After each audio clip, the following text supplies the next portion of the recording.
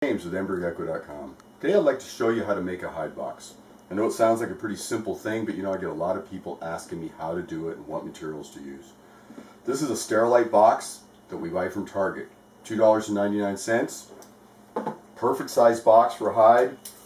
It measures 11 inches by 6.5 by 2 3/4 deep. The trick is, because it's a fairly thick plastic, is how to put the hole on top of it. I actually use a sharp steak knife. Push down on it, push it through, doesn't crack the plastic. It's fairly easy to do. I actually pull it to me, flat edge.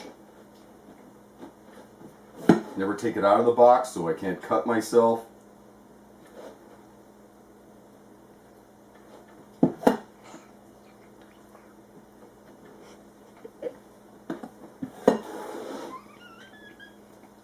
About a 2x2 square I put in it.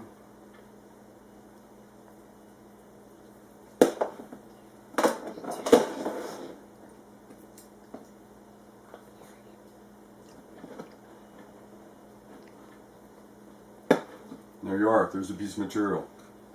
Very simple, looks good.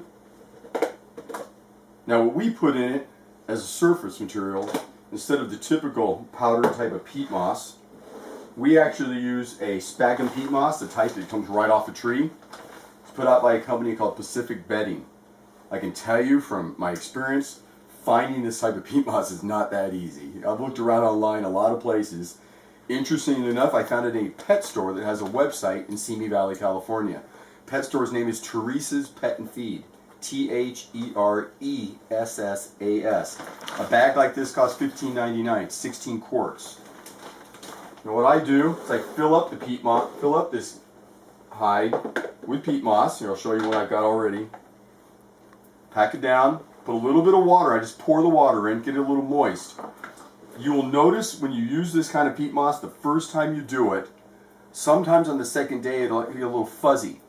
You just pack it down with your fingers, let it dry out, the fuzziness will go away, kind of like a white fuzziness. And then, pretty much from that point on, you want to just put enough water in each day that by the next day it's pretty much dried out. You only have to change it about every 3 months. Your total investment is slightly more than you spend on other materials, but I mean, we have approximately 300 females, and I think our total peat moss expense for the year is maybe $80. So we spend maybe $30 more doing it this way. The beauty of this material is, if you've bred geckos before, you know that some of these females are amazingly good at hiding their eggs. I mean, they will lay eggs, there'll be no sign they've laid eggs, and you'll be looking in their hide box a few days later and you'll find some bad eggs. And nothing's worse than that. So the beauty is, you can see through the bottom of it, you can see through the top and sides, you can pick it up and just look at it. You never miss an egg. Works out perfect.